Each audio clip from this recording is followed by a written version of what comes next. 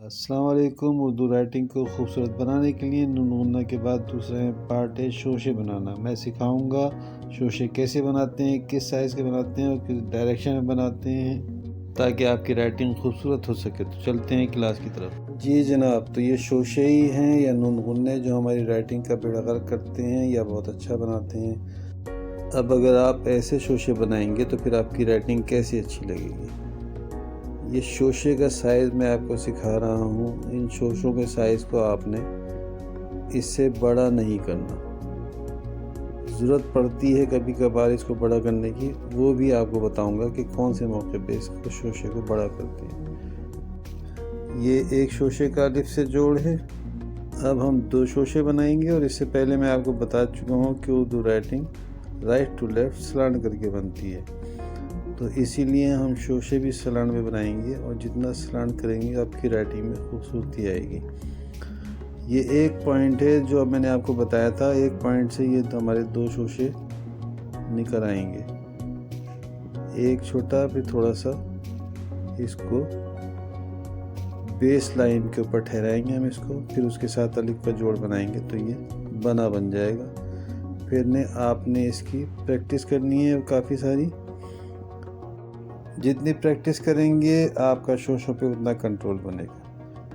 ये तीन शोशे हैं, दो शोशे हमने स्लांट में बनाए, तीसरा हमने बेस लाइन के ऊपर ठहराया इसको।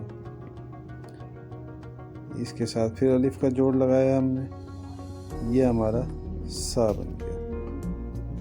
ये प्रैक्टिस आपने कंटिन्यू रखनी है जब तक कि आपका हाथ सेट नहीं हो जाता। अब हम चलते हैं चार शोशों की तरफ। अब हम प्रैक्टिस करेंगे चार शोशों की उसी स्लांट स्टाइल के अंदर, और ये हमारे चार शोशे दूसरे पॉइंट के करीब से शुरू होंगे।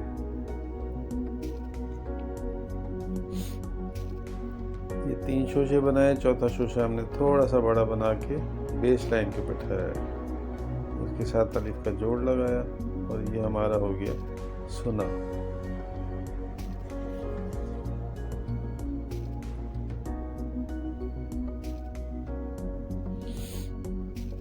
ये पांच शोशे हैं, 1 2 3 4, पांचवा हम बेस लाइन के ऊपर ठहराएंगे, उसके बाद हम इसके साथ अलिफ का जोड़ लगाएंगे। एक अहम बात बताऊं आपको कि हमने शोशे बनाने से पहले हमारे दिमाग में होना चाहिए कि हमने कितने शोशे बनाने हैं, तो उसी हिसाब से हमने पेन रखना है। अगर हम ऊपर रख देंगे तो हमारा स्लांट ज़्यादा हो जाएगा, नीचे रखेंगे तो हमारा स्लांट नहीं बनेगा। इस तरह हमारी राइटिंग ख़राब हो सकती है। ये 6 शोशे वाला लफ्ज़ है, हालांकि 6 शोशे कम इस्तेमाल में आते हैं, मगर बताने का मकसद ये है कि जितने जितने अल्फाज इस्तेमाल होते जाएंगे आपका हाथ ऊपर की तरफ जाना चाहिए, ताकि आपका स्लांट नीचे की तरफ आए और आपको परेशानी ना हो।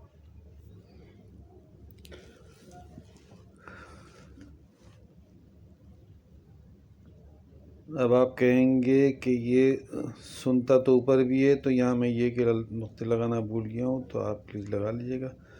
ये दो सीन जब एक साथ आएँ तो आप एक सीन लंबा कर सकते हैं और एक में शोशे डाल सकते हैं। शोशे आप पहले डालें या बाद में डालें, उसमें कोई इशू नहीं होता। अगली क्लास तक के लिए अल्लाह हाफिज़। खुश रहें, खुश रखें अपने अतराफ़ के लोगों को।